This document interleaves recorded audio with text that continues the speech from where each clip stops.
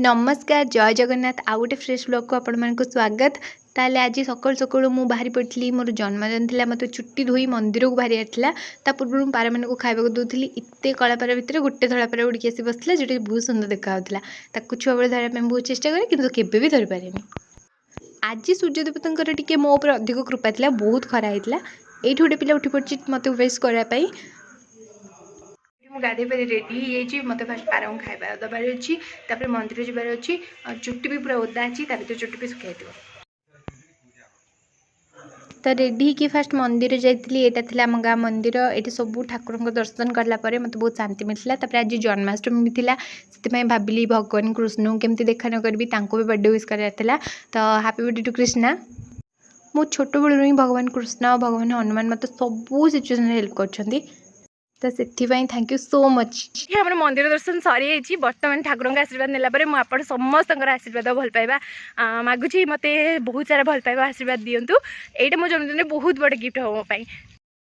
घर को आसिक पूरा भोकिले पेटर सिमेई उपमा खाई थी निजे तो खिचुड़ी डालमा खाई थी कि काबुल कथा मन पड़ा भी नहीं खाया देती सन्ध्या बेले किसी चटपटा खाया मन होता है वर्षा बाहर जाए ना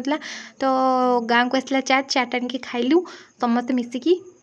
तापर बाहरी थी बाहर को जीव गुपचुप खाइबार था। एबे मु कम्प्लीटली रेडी होती बाहर जाइए गुपचुप खाई आसबे मो गाँव किसी भी मिलेनी किंतु देखूँ मो खुशी निया लगाई जड़े आसी पहुँची से हूँ मो प्रिय वर्षा यही वर्षा ही मो खुशी सब निया लगला जिते बड़े भी मुझे जुआड़े जावाई बाहर ये मो खुशी निया लगाई पहुँची जाए। हो छाड़ वर्षा तो बाहर को जाइलानी आम ये बसिकी जो चाट बनी समस्त मिसिक खाईदेलु खाई सारापर आम कुंदरू पूरा रेडी होता संगे खेलदेलु संगे न खेली मत बिल्कुल भल लगे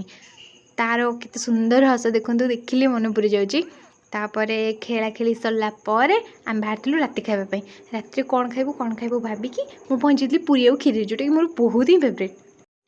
ताले ये आमर खीरी घंटा घंटी सरी खीरी पर ए पूरी छणा जीव पूरी छणा सारापर मिसिकी समस्ते खाइबू आज दिन मोर से भल जाएनी आते खराब भी जाएनी एति बहुत खुशी लगे कि आज मो जन्मदिन में मुझे निरीहर किसी क्षति करनी कि क्या कष्ट देनी शेष में आपण मान भल पाइबा आशीर्वाद मांगे और प्लीज मो चैनल को सब्सक्राइब कर देवे जो वीडियो भल लगी। जय जगन्नाथ।